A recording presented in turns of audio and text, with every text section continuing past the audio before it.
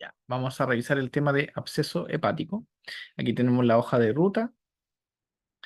¿Qué es el absceso hepático? Bueno, corresponde a una colección supurativa de material dentro del parénquima hepático, es decir, es una colección de pus en el parénquima hepático, su mismo nombre lo dice, que puede estar infectado tanto por bacterias, hongos o parásitos. Se clasifican en dos grandes tipos, ¿cierto? El absceso piógeno o el amediano. Y pese a la mejora en el tratamiento actual, ¿cierto? Diferentes series reportan una mortalidad importante aún hoy en día. En la primera mitad del siglo XX, ¿cierto? La principal causa era la apendicitis aguda, ¿cierto? Lo que sí tenía un nombre, que era como la pileflebitis, ¿ya? Algo así. Y esta mortalidad era muy alta. Además, afectaba principalmente a personas entre los 20 y los 30 años, ¿ya? Pero eso ya está en la antigüedad y hoy en día estos casos de pileflebitis hepática, ¿cierto? La verdad es que son más bien anecdóticos, creo yo. Respecto a la etiología, ¿cierto? Actualmente la vía más común de infección es a través del árbol biliar, ¿cierto? Responsable del 30 al 50% de los casos.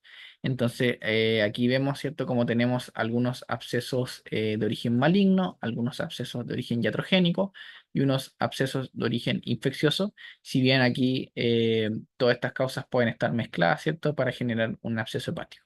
Muy importante saber que estos abscesos pueden ser secundarios a patología hepática maligna, tanto primaria como metastásica, a procedimientos tanto endoscópicos como quirúrgicos, ¿cierto? E incluso intervencionales.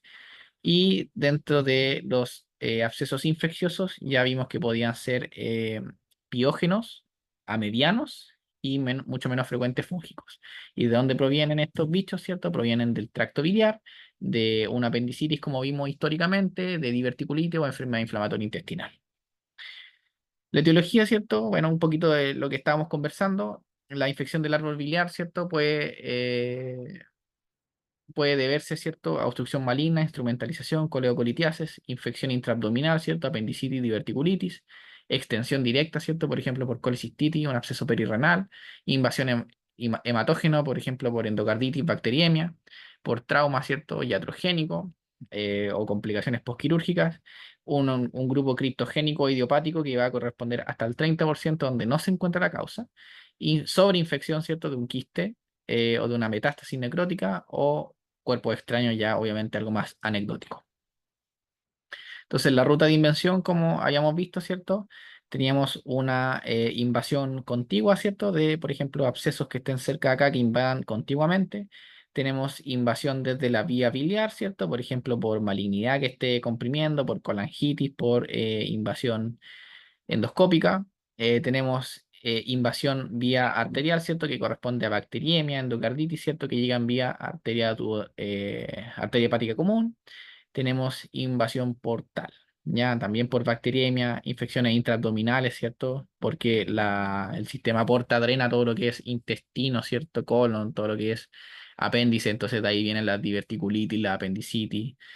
Y también tenemos, eso es lo principal, ya creo yo.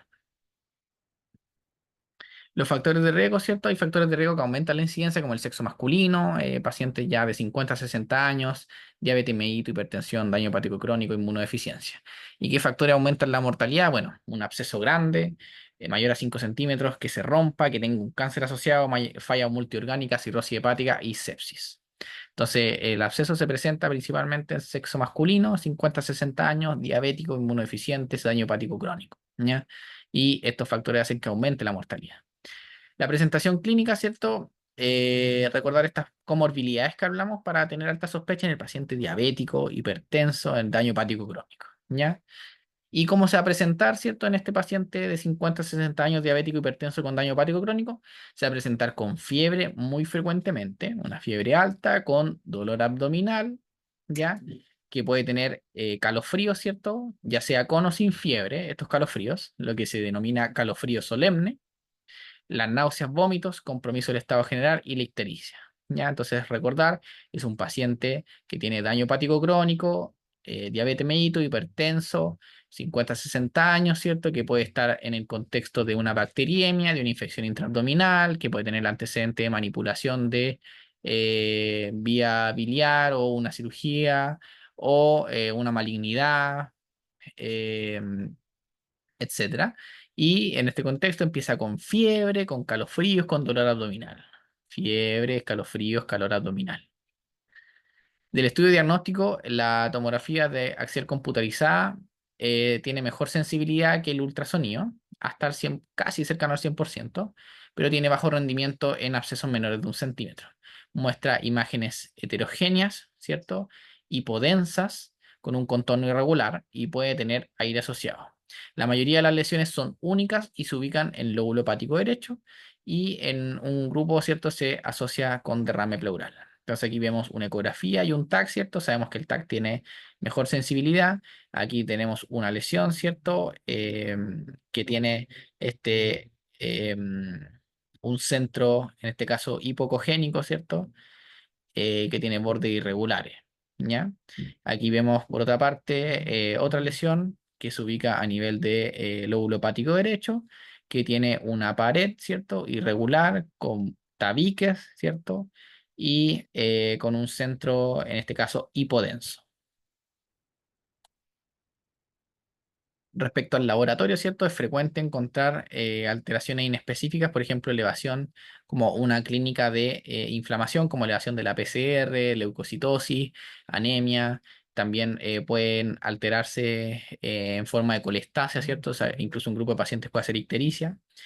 Em, Respecto a los bichos, ¿cierto? Que podemos encontrar, principalmente van a ser bacterias gram negativas, ¿cierto? Que derivan de intraabdominal. Eh, Y aquí tenemos Klebsiella, tenemos E. coli, polimicrobianos, anaerobios, gram positivos, ¿ya? Respecto a los hemocultivos, estos son positivos entre un 50 a 60%, entonces no acordarse, o sea, perdón, acordarse que muchos pacientes nosotros tenemos que pedir hemocultivos, ¿cierto? Y estos no van a ser la excepción. Por ejemplo, los pacientes sépticos, los pacientes con por ejemplo, los pacientes con endocarditis, ¿cierto? En los pacientes con fiebre de origen desconocido, ¿cierto? Y en los pacientes que sospechamos acceso hepático tenemos que pedir hemocultivo y en este caso van a tener un buen rendimiento. También, por ejemplo, los pacientes con artritis séptica, ya como para recordar indicaciones de hemocultivo y no andar pidiéndolos porque sí. Y las alternativas del manejo, bueno, el cambio en el manejo de los abscesos hepáticos ha sido clave en el descenso de la mortalidad asociada, desde un manejo médico exclusivo al drenaje abierto a la actualidad con el manejo percutáneo, lo que ha ido cambiando la mortalidad. Entonces, alternativas de manejo, ¿cierto? Tenemos el manejo médico, el drenaje percutáneo y la cirugía. Y importante también tratar la causa subyacente. Entonces, aquí tenemos, si es que nosotros sospechamos un absceso hepático, ¿cierto? Basado en la historia en el laboratorio, tenemos que tomar hemocultivos, como ya habíamos mencionado, 50 a 60% de rendimiento, iniciar antibióticos empíricos, ¿cierto? Cubriendo, como habíamos mencionado, principalmente bacterias gram negativas, eh, pero también probablemente va a ser cobertura amplia y realizar una imagen que puede ser ultrasonido o tomografía, idealmente tomografía porque tiene mejor sensibilidad, pero se cae con los abscesos pequeños, ¿ya? Donde podíamos encontrar principalmente el lóbulo hepático derecho, imágenes heterogéneas, tabicadas, con centros hipodensos, contornos irregulares. ¿Ya? En base a la imagenología podemos empezar a tomar decisiones. Cuando tengamos abscesos pequeños, menores a 3 centímetros, pueden ser candidatos a manejo antibiótico exclusivo. Si es que no funcionan o los abscesos son más grandes, ya tenemos que pensar en otros métodos más invasivos. Por ejemplo, en los abscesos que sean largos, grandes, multiloculados, con múltiples abscesos o con un cuerpo extraño, la evaluación quirúrgica ya va a ser de entrada. Y entre medio, ¿cierto? Abscesos únicos, ¿cierto? No tan loculados, que estén entre 3 a 5 centímetros, nosotros podemos considerar el drenaje mediante aspiración o un catéter, ¿ya? Lo más chiquitito, ¿cierto? Aspiración con aguja o catéter y los más grandecitos de 5 centímetros catéter. Lo importante es que tenemos manejo médico solo con antibiótico en abscesos muy chiquititos, em, absceso más intervencional o percutáneo, en absceso entre 3 a 5 centímetros, ¿cierto? O algunos mayores a 5 centímetros, pero únicos y no tan loculados, ¿cierto? Y abscesos, perdón, manejos quirúrgicos en aquellos grandes multiloculados con múltiples o múltiples abscesos, ¿cierto? Es decir, un absceso multiloculado o múltiples abscesos asociado a cuerpo extraño o cuando el manejo anterior no funciona, esos van a cirugía. ¿cierto? Y recordar que con lo que se drene, ¿cierto? Se tiene que hacer cultivo del absceso, ¿cierto? Y ajustar el tratamiento antibiótico. Aquí tenemos otro esquema de manejo, ¿cierto? El absceso hepático, ¿cierto? Si es que está roto, también va a requerir drenaje o cirugía con resección del absceso de urgencia, ¿cierto? Si es que fue secundario a un procedimiento iatrogénico, también, ¿ya? Los que son menores a 3 centímetros pueden ser candidatos a terapia antibiótica exclusiva y si es que no resuelven, drenaje percutáneo. Los que son mayores a 3 o 5 centímetros, ¿cierto? Si es que son uniloculados, pueden ser candidatos a manejo percutáneo, ¿cierto? Y si es que fallan, drenaje quirúrgico. Y si son multiloculados, si son muy grandes, múltiples abscesos, cuerpo extraño, iatrogénico, si este absceso está roto o no responde a todo lo anterior, quirúrgico. Entonces, manejo médico, ¿cierto? ¿Qué antibióticos vamos a elegir? Principalmente cefalosporinas de tercera generación, que nos cubren tanto gram negativos como gram positivos, ¿cierto? La duración del tratamiento es prolongada, ¿cierto? Porque son infecciones con harto pus, ¿cierto? Que queremos que el bicho muera, ¿cierto? Y que no recidive. Eh, También importante el manejo de las comorbilidades, como el control glicémico. Y cuando vamos a indicar el manejo médico, ¿cierto? En abscesos menores de 3 centímetros. Los procedimientos no quirúrgicos como el drenaje percutáneo o la aspiración con aguja fina han demostrado efectividad, ¿cierto? Es la principal estrategia de manejo actual, dependiendo del tipo de absceso, obviamente. Ambas opciones son seguras, ¿cierto? Y permite la toma de muestra para estudio microbiológico y ajustar tratamiento. Respecto al manejo quirúrgico, cerca del 90% no requiere intervención quirúrgica. Es decir, aquí el manejo quirúrgico es una alternativa, pero no es la principal. Está indicado nuevamente, recordar indicaciones quirúrgicas del absceso hepático, un absceso roto o con riesgo de rotura, que sea multilobulado o múltiples abscesos, que sea de difícil acceso al manejo percutáneo, que sea muy grande para drenaje percutáneo o tratamiento antibiótico, que sea iatrogénico y eso, ¿ya? O cuando falla todo lo anterior, ¿cierto? Cuando falla el tratamiento antibiótico y los manejos percutáneos, ¿cierto? Como dice acá, alternativa, falla tratamiento con drenaje percutáneo. El manejo quirúrgico puede ser abierto o laparoscópico, ¿ya? Y bueno, ahí está el debate, ¿cierto? En abscesos grandes, mayor a 5 centímetros, si se hace drenaje o manejo quirúrgico, ¿ya? Complicaciones, ¿cierto? 15% de los casos desarrollan complicaciones como la rotura del absceso, que puede cursar con peritonitis, bacteriana, shock séptico y muerte. Hay mayor riesgo de ruptura en abscesos por Klebsiella pneumoniae. Además, está descrita la invasión, ¿cierto?, a sistema nervioso central en forma de meningitis y endoftalmitis. También hay mayor riesgo de rotura en asociación con diabetes tipo 2, gran tamaño, pared fina y con aire, ¿ya?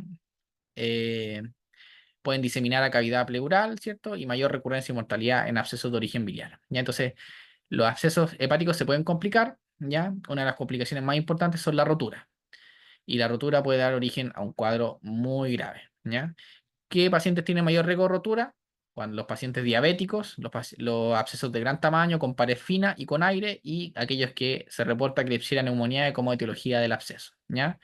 Y los abscesos también se pueden escapar. ¿Y a dónde se pueden escapar? A, a meninges, a ojo, a cavidad pleural, a la sangre, al peritoneo, ¿ya?